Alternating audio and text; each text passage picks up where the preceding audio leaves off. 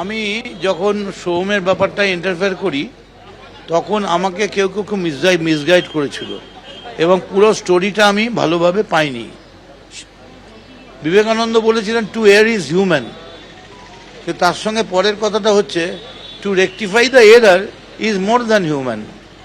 তো আমি রেকটিফাই করার চেষ্টা করেছি এবং আমি মনে করি যে ঘটনাটা খারাপ হয়েছে। সো আই এম সরি দেব, আমি না জেনে পুরোটা না জেনে বলেছি, কাজটা ভালো হয়নি। কিন্তু সোহম এরকম করার ছেলে নয় বলেই আমরা বলেছি। হঠাৎ হয় কিছু কিছু মানুষ করে ফেলে, এটা ভুল হয়েছে, এটা ঠিক নয় এবং আমাদের প্রত্যেকের উচিত আমাদের নিজের সম্বন্ধে।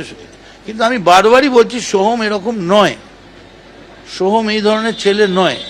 কিন্তু কেন করলো মানুষের কখন মাথায় মতিভ্রম হয়, ভূত চাপে, অমাবস্যার ভূত চেপেছিল হয়তো।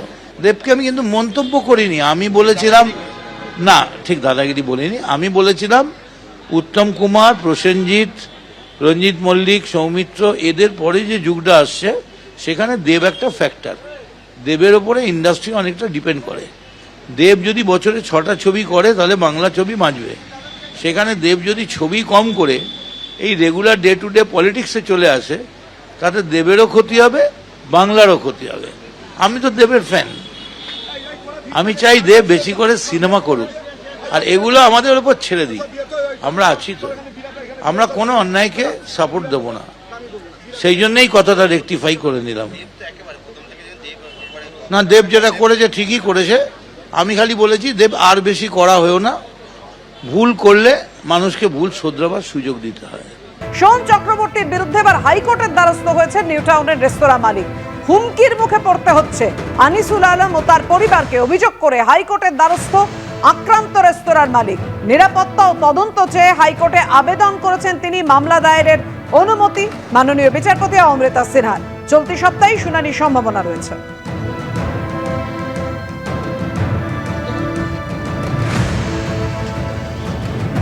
আজকে আপনার বুধবার হয়ে গেল, এখনো পর্যন্ত কোনো রকম ইনভেস্টিগেশন আমি আমার দেখতে পাইনি। তো আমি হাইকোর্টের দ্বারস্থ হয়েছি, বিচার ব্যবস্থার উপর সম্পূর্ণ আস্থা আছে, সঠিক বিচার পাবো। এই জন্য কি বিচার চাইছেন, মানে হাইকোর্টে আপনার আবেদন প্রপারলি ইনভেস্টিগেশন হোক, প্রপারলি, এটাই। মানে আপনি কি সোহমের অবিলম্বে গ্রেপ্তার চাইছেন? অবশ্যই চাইছি, নিরাপত্তার অভাব তো বোধ করছি। দেখুন, এখন যেহেতু আমি ফাইল করেছি হাইকোর্টে, এই ব্যাপারে আমি এখন কিছু বলতে পারবো না। পুলিশের যে তদন্ত তাতে কি আপনি খুশি? একদমই না, না, সেই জন্যই তো হাইকোর্টে আসা। খুশি নন কেন? 5 দিন হয়ে গেল, এখনো পর্যন্ত চোখের সামনে আপনারা দেখলেন আমাকে মারলো, পুলিশ কি করলো এখনো তো আমি বুঝতে পারছি না পুলিশ কি করলো। অবশ্যই সোহম চক্রবর্তী একজন বিধায়ক, একজন জনপ্রতিনিধি, কি এই আচরণ সমর্থনযোগ্য? সাংসদ রচনা বন্দ্যোপাধ্যায় তিনি কি বলছেন দেখুন। প্রত্যেকটি মানুষ আলাদা, প্রত্যেকটি মানুষের চিন্তাভাবনা আলাদা। কে নিজের জীবনটাকে কিভাবে সামনে তুলে ধরবে, মানুষের সামনে তুলে ধরবে, সেটা তার নিজস্ব ব্যক্তিগত ব্যাপার। আমি আমার মতন, সোহম সোহমের মতন।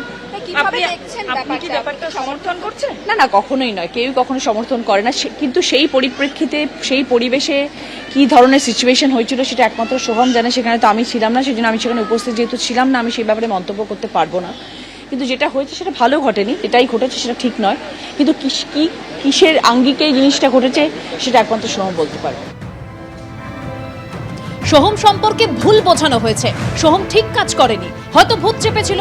কি বলেছেন মদন মিত্র শোনাবো।